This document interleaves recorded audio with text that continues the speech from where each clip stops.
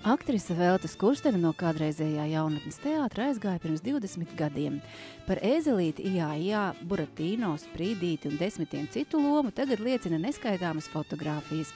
Malu malās var atrast visāda veida ēzelīšus, kas Veltai atgādina par vienu no mīļākajiem uz skatuves atveidotajiem tēliem.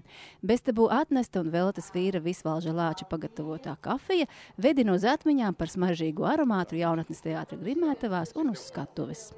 Mokā kafija, un tas automāts man ir ļoti vecs. Es kādreiz daudzus gadus atpakaļ biju Itālijā, un tad mēs tā reiz pa reizei mēs dzeram.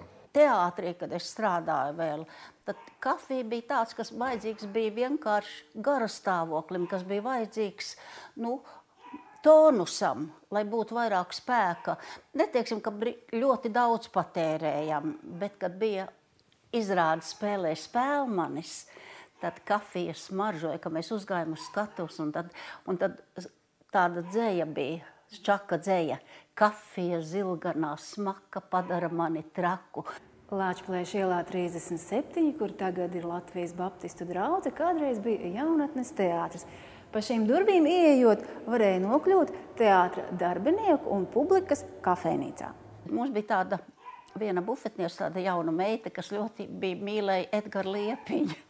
Un tad Edgaram Liepijam viņi vārīja labu kafiju, bet mums pārējiem bija uz otrajiem biezumiem.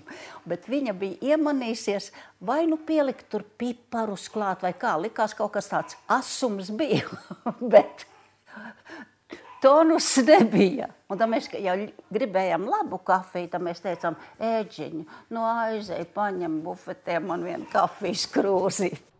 Veltai Skurstenē ir laimējies, viņai ir laba veselība, ģimene un draugi. Tomēr akcijas Mēs jūs atceramies domu izjūt kā svarīgu arī savā dzīvē. Ar kolēģiem aktrisēm no izrādes 7 vecmeitas pie kafijas tases Velta satiekās vēl joprojām. Laikam ir vajadzība būt kopā, apzināties, ka mēs vēl esam dzīvas un ka mēs kaut ko varam un kaut ko daram.